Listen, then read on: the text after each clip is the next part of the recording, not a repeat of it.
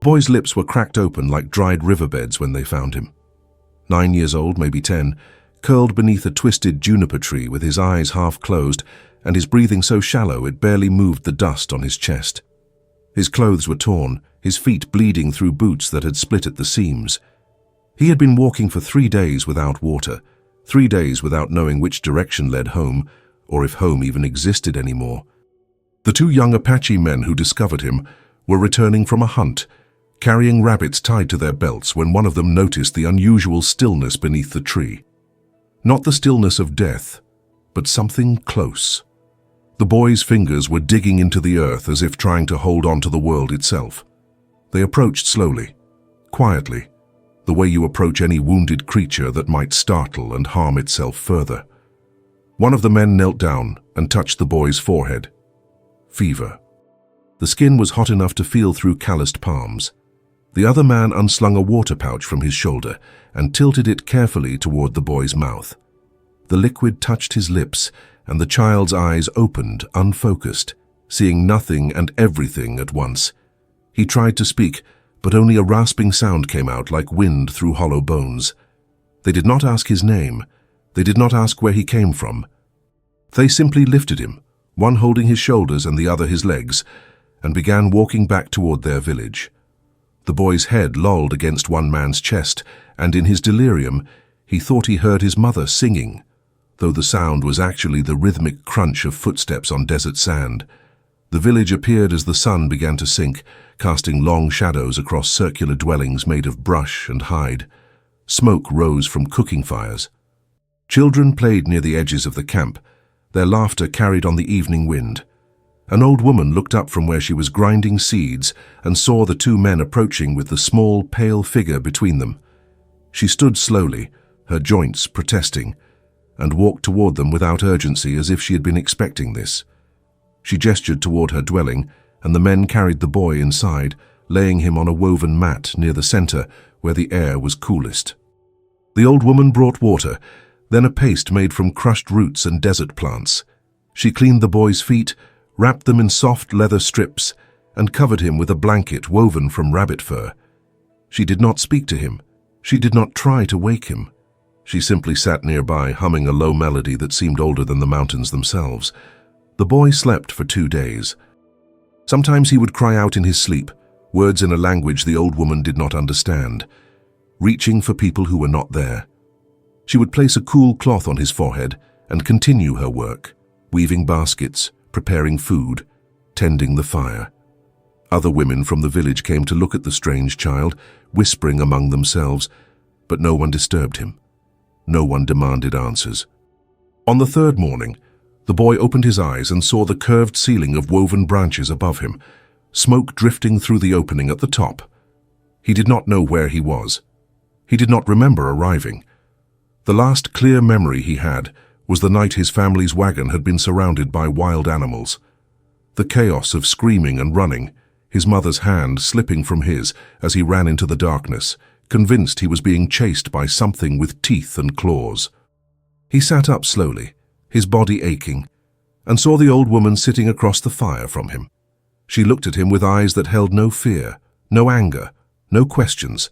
She simply nodded once and held out a wooden bowl filled with a warm mixture of ground corn and berries. The boy's stomach clenched with hunger so fierce it hurt. He took the bowl with shaking hands and ate without speaking, without thinking, his body taking over where his mind had shut down. When he finished, the old woman took the bowl and refilled it. He ate again. She refilled it once more. He ate until his stomach could hold no more, and then he lay back down on the mat and slept again, this time without nightmares. Days passed. The boy began to move around the dwelling, then around the camp. Children watched him with curiosity but did not approach. Adults went about their tasks without staring. He was simply there, like a stone that had always been part of the landscape. No one asked where he came from. No one asked his name. He was referred to when necessary as the boy who arrived with the full moon, a description rather than an identity. He learned by watching. He saw how water was carried from the distant spring in tightly woven baskets sealed with pitch. He saw how fires were built in the morning and banked at night. He saw how meat was prepared, how hides were scraped clean, how children were taught to move silently through the brush. He began to help without being asked, carrying small loads of wood, holding tools while repairs were made, sitting quietly while the old woman worked. The language surrounded him like water, flowing past his ears in rhythms he could not yet grasp. But slowly, words began to attach themselves to meaning. The word for water, the word for fire, the word for night. He did not try to speak his own language anymore. There was no one to speak it to, and the sounds felt foreign in his mouth, like stones he could not swallow or spit out. Weeks became months. The boy's hair grew longer, his skin darkened from the sun. The wounds on his feet healed into pale scars. He learned to weave simple baskets, to recognize which plants could be eaten and which could heal. He slept near the old woman's fire and ate from her bowls, and she treated him no differently than she treated the other children in the village who came to her for food or comfort. He began to dream in a mixture of languages, his mother's face appearing with words he could no longer remember, his father's voice calling a name that no longer felt like his own. He would wake in the darkness and lie still, listening to the sounds of the village at night, the soft breathing of those around him, the distant call of an owl, the wind moving through the brush. He felt safe. He felt fed. He felt seen, even though no one looked at him with expectation or demand. One evening, as the boy sat near the fire helping the old woman prepare a meal, a young girl approached and sat beside him. She was perhaps 7 years old, with bright eyes and quick hands. She handed him a small carved figure, a rabbit made from soft wood, and smiled. He took it carefully, turning it over in his palms, feeling the smooth surfaces and delicate ears. She said something in her language, and though he did not understand all the words, he understood the gesture. It was a gift. It was friendship.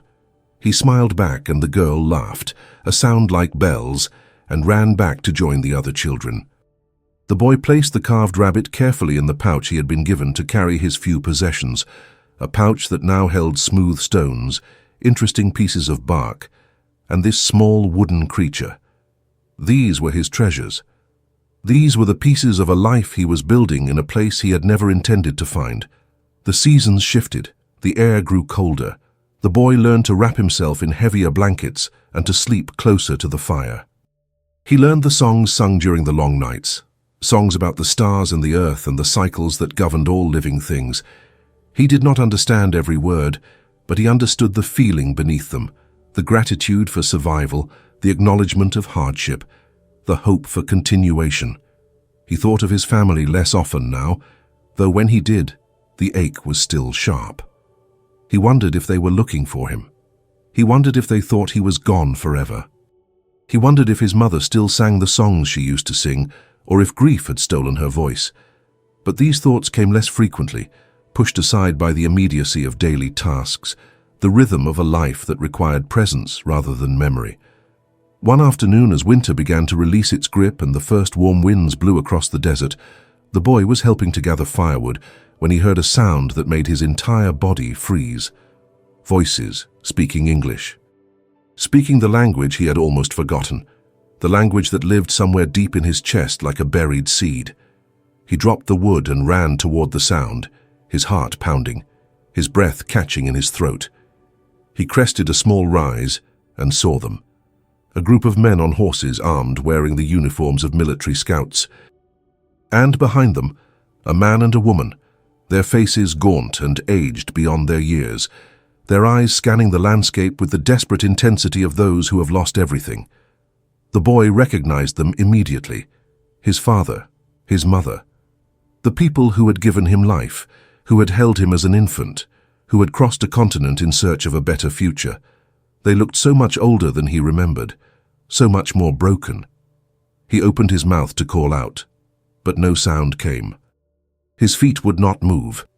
He stood frozen on the ridge, watching as the group approached the village, watching as the Apache men came forward to meet them, cautious but not hostile, hands visible and empty. One of the soldiers spoke in halting, broken phrases, using hand gestures to supplement his limited vocabulary. He was asking about a lost child, a boy, missing since last autumn. The Apache men listened, their faces unreadable. Then one of them turned and pointed toward the ridge where the boy stood. Every eye followed the gesture. The boy's mother saw him, and her hand flew to her mouth. His father took a step forward, then stopped, as if he could not trust his own vision. The boy walked down the slope slowly, each step feeling like a betrayal. The old woman had come out of her dwelling and was watching him, her face calm, her hands folded in front of her. The young girl who had given him the carved rabbit stood nearby, confusion in her eyes. As the boy approached, his mother broke free from the group and ran toward him, her arms outstretched, her face contorted with joy and grief and relief so profound it looked like pain. She reached him and fell to her knees, pulling him against her chest, sobbing words he could barely understand, words about prayer and miracles and God's mercy. But the boy stood stiff in her embrace. Her smell was unfamiliar. Her touch felt strange. Her words sounded harsh after months of softer, rhythmic syllables. He did not know how to hold her. He did not know how to be the child she was clutching so desperately. His father approached more slowly, his face a mask of controlled emotion. He reached out and touched the boy's head, his hand trembling. "We thought you were gone," he said, his voice cracking. "We buried an empty box. We said prayers over dirt and stones. We mourned you." The boy looked up at his father and saw something that made his stomach twist. His father was looking at him as if seeing a ghost, as if the boy standing before him was not quite real, not quite the son he had lost.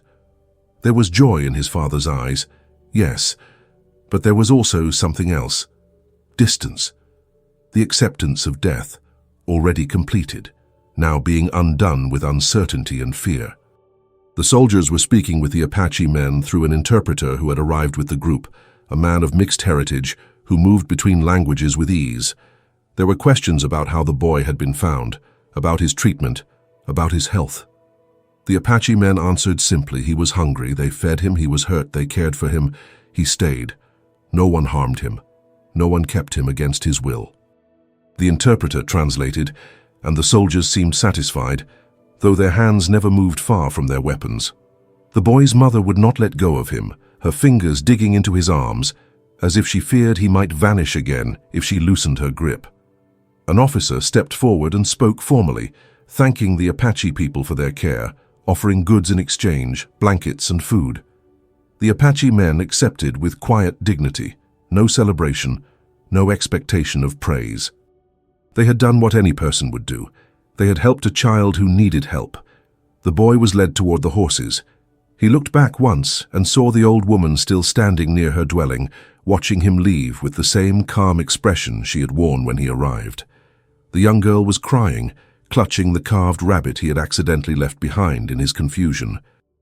He wanted to run back, to tell them he was grateful, to say goodbye properly, but his mother's hand was on his shoulder, guiding him forward, and the moment passed. They lifted him onto a horse, and his mother climbed up behind him, wrapping her arms around his waist. The group turned and began to ride away from the village. The boy twisted in the saddle, watching the dwellings grow smaller, watching the people return to their tasks, watching the smoke from the cooking fires rise into the pale blue sky. His mother was whispering prayers of thanksgiving into his hair, her tears wetting the back of his neck. His father rode beside them, his jaw set, his eyes forward. The soldiers talked among themselves about the successful recovery, about the surprising decency of the village, about how the boy would need time to readjust. But the boy said nothing. He did not know how to explain that he was not being rescued. He was being taken. He did not know how to tell his mother that her embrace felt like chains, that her love felt like suffocation, that her joy was not his joy. That night, they made camp under the stars. His mother made a bed for him close to the fire, using blankets that smelled of home, of the wagon, of the life before. She fed him food from their supplies, familiar tastes that now seemed bland and lifeless. She sang to him in English, songs he had once known by heart, and the words felt like stones in his ears. He lay awake long after she had fallen asleep, her hand resting on his shoulder as if to anchor him to the earth. He looked up at the stars and tried to remember the names the old woman had taught him, the stories connected to each constellation, the songs that explained the movements of the sky. But his mother's breathing beside him was too loud, too present, and the memories slipped away like water through cupped hands. In the weeks that followed, as they traveled toward the settlement his parents now called home, the boy tried to return to being the child they remembered. He tried to speak English without hesitation. He tried to eat with a fork and knife. He tried to sleep in a bed instead of on the ground. He tried to smile when his mother looked at him with desperate hope in her eyes. But at night, he dreamed of desert winds and cooking fires and the sound of songs in a language he was already beginning to forget. He dreamed of a place where no one had asked his name because a name was not what mattered. He dreamed of being fed before being questioned, of being cared for before being claimed. His parents spoke often of how blessed they were, how their prayers had been answered, how God had protected their son and returned him to them. They spoke of the kindness of those who had sheltered him, though always with a tone of surprise, as if such kindness was unexpected, as if it required explanation or justification. They never asked him what those months had been like. They never asked if he had been happy. They never asked if he wanted to go back. They simply assumed that being found was the same as being saved, that being returned to blood was the same as being returned to belonging. The boy learned to nod when they spoke. He learned to eat what was put in front of him. He learned to wear the clothes they gave him and attend the church they attended and sit quietly during meals while his parents thanked God for miracles. He learned to be the son they needed him to be, even as the person he had become in those months slowly faded, pressed down into silence, buried beneath the weight of expectation and relief and unspoken grief. Years later, when he was grown, he would sometimes take out the few memories he had kept, turning them over in his mind like smooth stones worn by water, the taste of ground corn and berries, the sound of a song he could no longer remember the words to, the feeling of sitting by a fire, warm and fed and safe, with no one demanding that he explain himself or justify his existence. He would wonder sometimes if the people in that village ever thought of him. He would wonder if the old woman was still alive, still grinding seeds and humming ancient melodies. He would wonder if the young girl still had the carved rabbit, or if she had given it to another child, passing along a small gesture of friendship.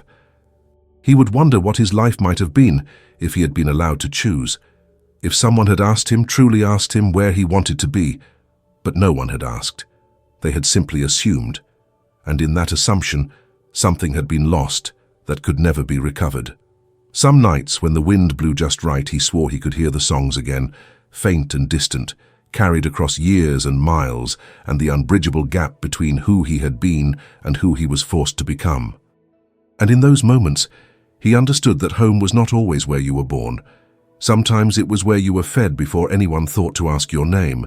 Sometimes it was where you were cared for, without conditions. Sometimes it was a place you could never return to, no matter how far you traveled or how long you lived. The meeting that should have been a reunion was instead a separation. The rescue that should have brought joy brought only quiet loss.